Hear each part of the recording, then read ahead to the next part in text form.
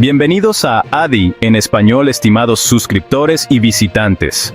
Hoy les traemos un resumen impactante de lo que sucede en la línea de batalla en Ucrania.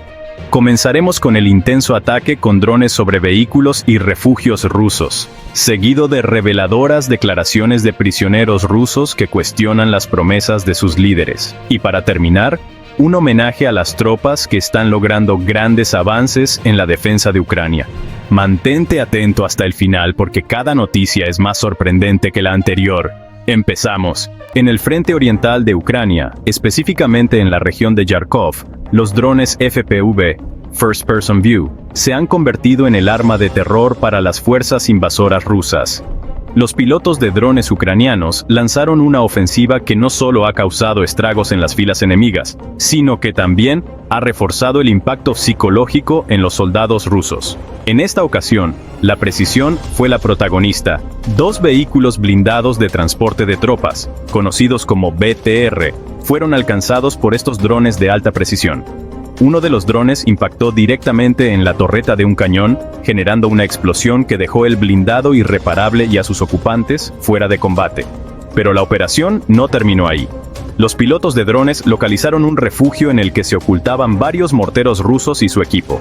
Sin dudarlo, los ucranianos lanzaron un ataque adicional, destruyendo el refugio y el equipo de morteros.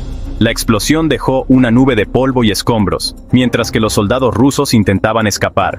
Sin embargo, en este tipo de ataques, no hay refugio seguro. Aquellos que buscaban protección en trincheras y refugios cubiertos fueron atrapados sin poder huir, resultando en una escena que muchos describen como un incendio imposible de apagar.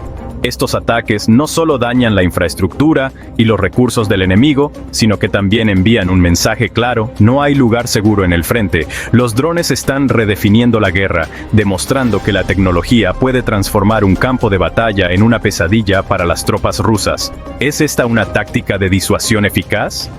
¿Podría desmotivar a otros soldados rusos a seguir avanzando? Déjanos tu opinión en los comentarios. Ir a la guerra borracho. ¿Qué más hay que perder? Así se expresaba un soldado ruso capturado recientemente por la Tercera Brigada de Asalto de Ucrania. Este comentario revela el creciente escepticismo y desilusión que afecta a muchos de los soldados rusos enviados al frente. Este prisionero, como otros reclutas, fue convencido de unirse a la guerra bajo la promesa de grandes beneficios económicos y la posibilidad de limpiar su historial criminal. Se les prometió una vida mejor a cambio de un tiempo en la retaguardia. Sin embargo, la realidad es muy diferente y para muchos brutal. La realidad para estos soldados es que tras unos pocos días de entrenamiento básico, los mandan directamente a la línea de frente, enfrentándose a la muerte casi de inmediato. Las condiciones son espantosas. Les prohíben evacuar a los heridos y no reciben ningún tipo de apoyo en combate. A menudo, los comandantes que les dieron órdenes desaparecen en el momento de los enfrentamientos, dejando a los reclutas a su suerte. En muchos casos, estos soldados carecen de equipos básicos de protección y en condiciones de clima extremo, lo que hace que sus probabilidades de sobrevivir sean mínimas. Este soldado capturado confesó que decidió rendirse porque prefería enfrentarse a un juicio en manos ucranianas que ser sacrificado por sus propios mandos. La sensación de desesperanza es tal que algunos soldados consideran que no tienen nada que perder, ni siquiera su propia vida.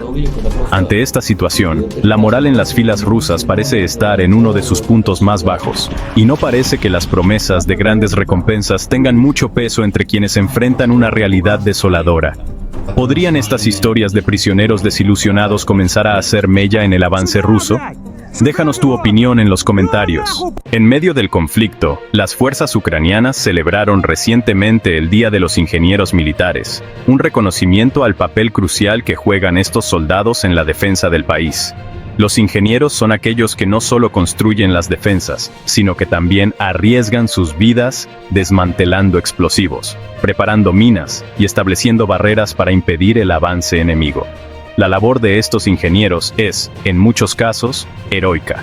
En zonas de alta tensión, preparan explosivos y trampas que obstaculizan el avance de los invasores y crean oportunidades estratégicas para que las fuerzas ucranianas tomen ventaja.